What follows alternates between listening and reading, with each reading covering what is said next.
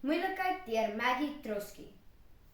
So, kom ek vertel jou 'n bietjie van myself.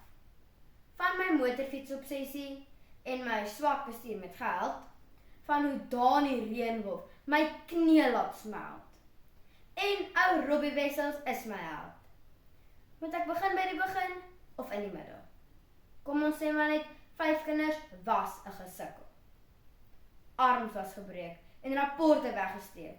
Om die pak te kry nie, was daar gesmeek. Want mamma se dik Green Cross sandale slaan harder as wat Pollard kan skop vir die pale. Sy het 'n merk gelos op my wit boutjie en vir 'n dag of wat was ek nie stout nie.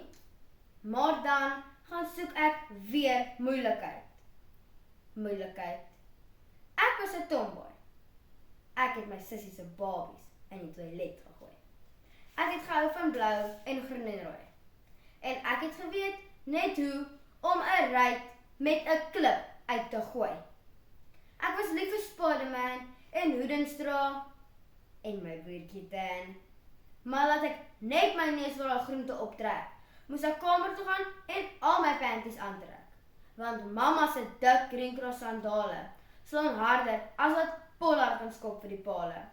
Sy het 'n merk gelos op my wit boutjie en vir 'n dag of wat was ek nie stout nie. Maar dan gaan soek ek vraggies weer moeilikheid. Moeilikheid.